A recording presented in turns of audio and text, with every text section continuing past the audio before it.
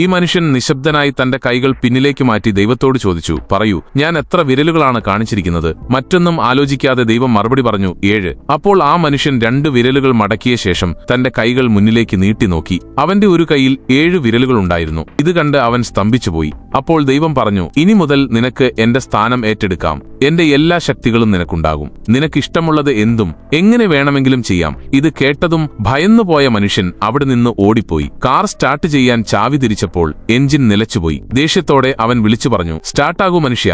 ഉടൻ തന്നെ കാർ സ്റ്റാർട്ടായി. വഴിയിൽ വലിയൊരു ട്രാഫിക് കണ്ട അവൻ തന്റെ കൈയൊന്ന് വീശി. അവന്റെ മുന്നിലുണ്ടായിരുന്ന കാറുകളെല്ലാം തനിയെ വഴിമാറാൻ തുടങ്ങി. കുറച്ചു കഴിഞ്ഞപ്പോൾ അവന് വിശപ്പ് തോന്നി. ഒരു റെസ്റ്റോറന്റിൽ കയറി അവൻ വെയിറ്ററോട് പറഞ്ഞു, എനിക്കൊരു സ്പൂൺ തരൂ.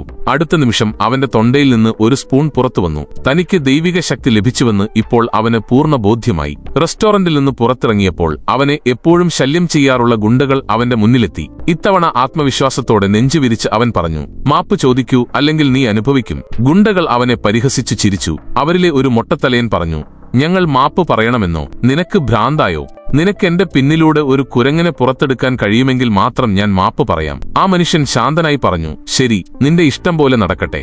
അടുത്ത നിമിഷം ആ മൊട്ടത്തലയന്റെ കണ്ണുകൾ വിടർന്നു. അവന്റെ പിന്നിലൂടെ ഒരു കുരങ്ങൻ ശരിക്കും പുറത്തു വന്നു.